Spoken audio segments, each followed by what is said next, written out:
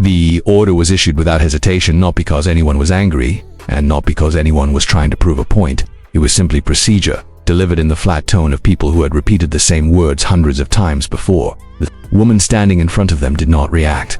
She stood with her hands relaxed at her sides, posture straight without effort, eyes level and calm. No irritation, no confusion, no visible resistance, just stillness. The guards noticed that first. People who panic move too much. People who lie speak too fast. But this woman did neither. She waited. The checkpoint sat on the edge of a secure coastal installation, far enough from the main compound to feel detached, but close enough that mistakes here carried consequences. Concrete barriers channeled traffic into narrow lanes. Cameras tracked every movement. Radios crackled quietly with routine updates. The guards had been briefed early that morning. Increased inspections, heightened awareness. No assumptions. No exceptions. When her vehicle rolled forward, it didn't stand out. Government issue, clean, correct markings, nothing unusual. She stepped out when asked, followed instructions without comment, and handed over her identification. The guard took it, glanced down, then looked back up. The name registered, but not in a way that raised alarms. It was ordinary enough. Too ordinary, perhaps. No visible rank insignia, no decorations. Plain attire that suggested administrative travel or liaison duty. Secondary check, the guard said, handing the ID to his partner. That wasn't personal. It rarely was. She nodded once, as they guided her toward the inspection area. The guards began noticing details they couldn't immediately categorize. The way she walked, for one, not rushed, not cautious, measured, balanced, each step placed with intention, as if she was unconcerned about the outcome but fully present within it. Her hand stayed visible without being exaggerated. Her breathing remained slow.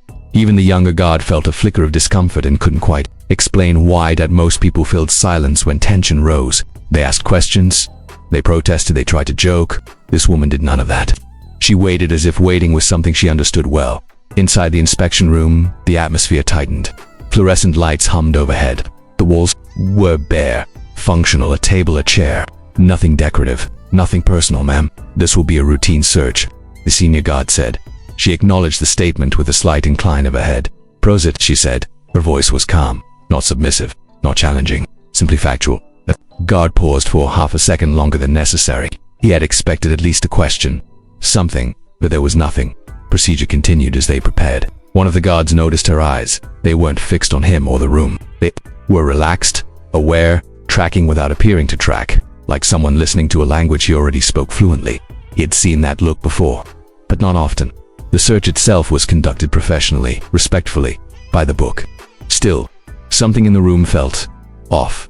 Not dangerous, just weighted, as if something unspoken occupied the space between them. Her movements were minimal and precise. When asked to turn, she turned exactly as much as required. When told to wait, she waited without shifting her weight. When instructed to hold position, she complied instantly. No wasted motion. The senior guard noted it silently. Training drilled efficiencies into everyone, but this wasn't basic compliance. This was discipline that had been lived, not memorized. The radio crackled again. A voice asked for an update. Routine inspection. The senior guard replied. The woman's gaze flicked briefly toward the sound, then returned forward. The movement was subtle, but it carried intent. She had registered the voice, the cadence, the rank implied by the tone. She had catalogued it. The search concluded without incident. Thank you for your cooperation, the guard said. She nodded again.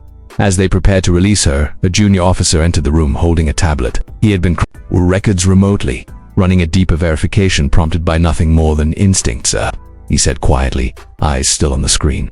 There's an update. The room stilled. The woman did not move. The officer looked up slowly. His expression had changed. Not alarmed, not confused, but sharpened, as if a picture had suddenly come into focus. Can you confirm your full name, ma'am? He asked. The officer swallowed and adjusted his grip on the tablet. And your current billet? She answered again calmly. Clearly silence followed. The kind that wasn't empty, but heavy. The senior guard felt it settle in his chest before his mind caught up. Something about the officer's posture had shifted. His shoulders had straightened. His tone, when he spoke next, was different. Wait the moment, the officer said. He stepped outside the room. The woman remained where she was. No impatience, no curiosity visible on her face. She had not offered clarification. She had not volunteered information. She was allowing the process to unfold at its own pace. Minutes passed.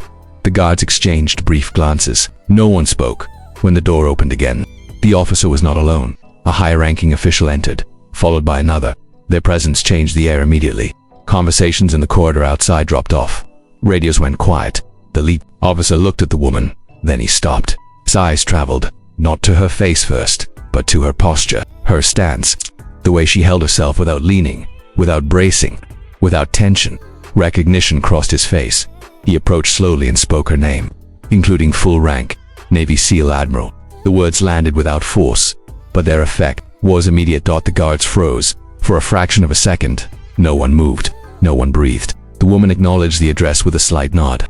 No correction, no reaction beyond what was necessary. The lead officer straightened, heels coming together instinctively. His hand rose in a crisp salute, executed without flourish or hesitation. The room followed. The guards, still processing, mirrored the motion. A beat later, their salutes were imperfect, hurried, but sincere. The woman returned the salute with absolute precision. Her movement was smooth, exact, economical. The kind of salute given not for ceremony, but for mutual recognition. The silence deepened. No one laughed. No one spoke. The weight of the realization settled slowly. Every moment replayed itself in the guards' minds. The instructions, the compliance, the stillness, the way she had waited without resistance. She had known exactly how this would unfold. The lead officer lowered his hand first. "My apologies, Admiral," he said. "The inspection was conducted in accordance with procedure," she finished gently, "as it should be." There was no edge in her voice, no reprimand, no satisfaction, just truth. She adjusted her jacket and accepted the return of her identification without comment. "Thank you for maintaining standards," she said to the guards. Not forgiveness, not dismissal, acknowledgement. She exited the room with the same measured pace she had entered, leaving behind a silence that lingered long after the door closed. The guards stood where they were, hands lowering slowly, faces unreadable.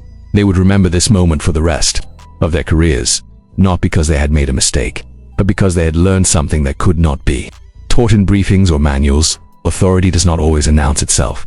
Sometimes it waits, sometimes it observes, and sometimes it allows you to reveal exactly who you are before showing you who it has always been. If this story made you pause before judging, think before speaking, or respect the discipline behind quiet professionalism, then it has done its job. For more true military stories of restraint, leadership, and earned authority, subscribe to the channel. Some power is loud, but the real kind never needs to be.